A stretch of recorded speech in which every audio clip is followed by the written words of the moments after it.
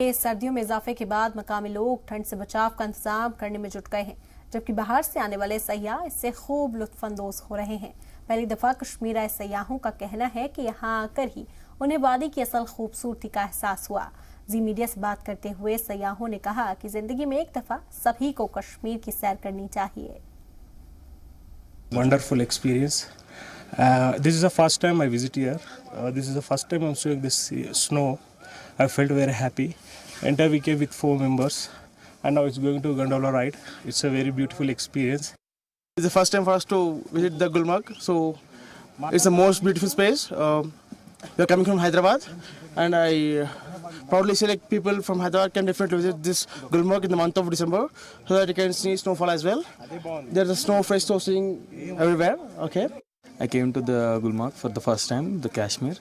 It's a very beautiful city. Yeah, it's a worth to come here.